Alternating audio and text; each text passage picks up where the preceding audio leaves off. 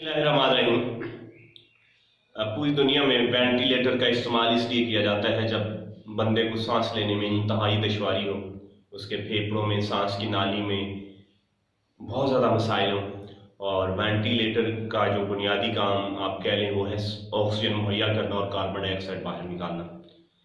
पूरी दुनिया में जब मरीज़ की सेहत उम्र बहुत ज़्यादा हो और उसके ज़्यादातर अज़ा जवाब दे चुके हों और उसे मतलब उसके बचने की कोई उम्मीद ना हो, तो मेडिकल बोर्ड बैठता है।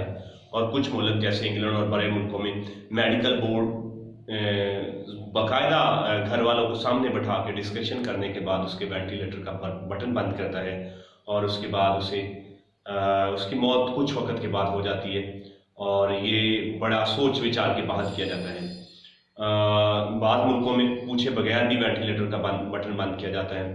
कोरोना से जो मरीजों के टोटल फेफड़े ख़त्म हो जाते हैं या जिनके कोई बचने की कोई उम्मीद नहीं रहती, उनके वेंटिलेटर ये काम मोस्टली हेड नर्स करती है।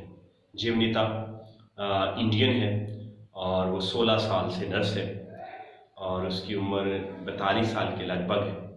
और वो इंग्लैंड के एक हॉस्पिटल में काम करती है।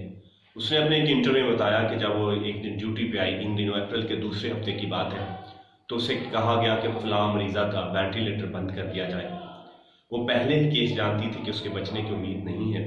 और वो एक नर्स मरीज़ा जो 50 साल की उम्र की थी, उसने फिर उसकी बेटी से बात की कि वो कोई बात करना चाहती है, लेकिन क्योंकि आईसीयू में फ़ोन ले जाने की इजाज़त नहीं है तो उन्होंने एक रिकॉर्डिंग मैसेज भेजा और जिसमें कुछ दुआएं शामिल थी। उसने उसका बटन बंद किया। उसने कहा कि बहुत तकलीफ दे अमल है किसी को मरते हुए देखना, और फिर वो बटन बंद करने के बाद मरीज़ की तरफ नहीं देख सकती। और पूरी नर्स अमले को पता होता है कि अब क्या होने जा रहा है। फिर वो स्क्रीन पर देखती हैं। जब दिल धड़कने की लाइन सीधी हो जाती है तो उन्हें पता चल जाता है कि मरीज़ मर चुका है। और 5 मिनट बाद ऐसा हो गया। उसका कहना है कि जब वो ड्यूटी पे आती हैं तो आपस में बाज़ हाथ भी मिलाती हैं, एक दूसरे का हाल चाल पूछती हैं। और पिछले दिनों जिन डॉक्टर कोरोना को जिनको कोरोना हुआ होता है उस पर डिस्कशन करती हैं। और कुछ उस वक्त रोती भी हैं और एक दूसरे को बेस्ट विशेस का मैसेज देने के बाद ड्यूटी पे जाती हैं।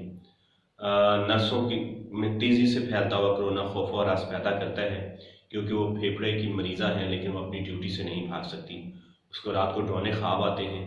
उसे लगता है कि उसे कोरोना हो गया है, उसे कोरोना जैसी अलामात नमूदार होती हैं, लेकिन वो अपनी जिम्मेदारियों से नहीं भाग सकती।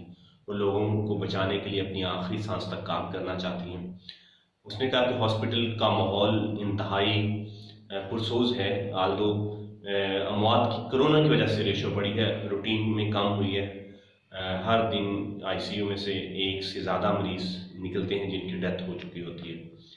सो हम जिस कदर हो सके एहतियातें करती हैं और जिस कदर हो सके हम खुद पर काबू रखने की भी कोशिश करती हैं, लेकिन ये हमारे लिए बहुत मुश्किल होता है।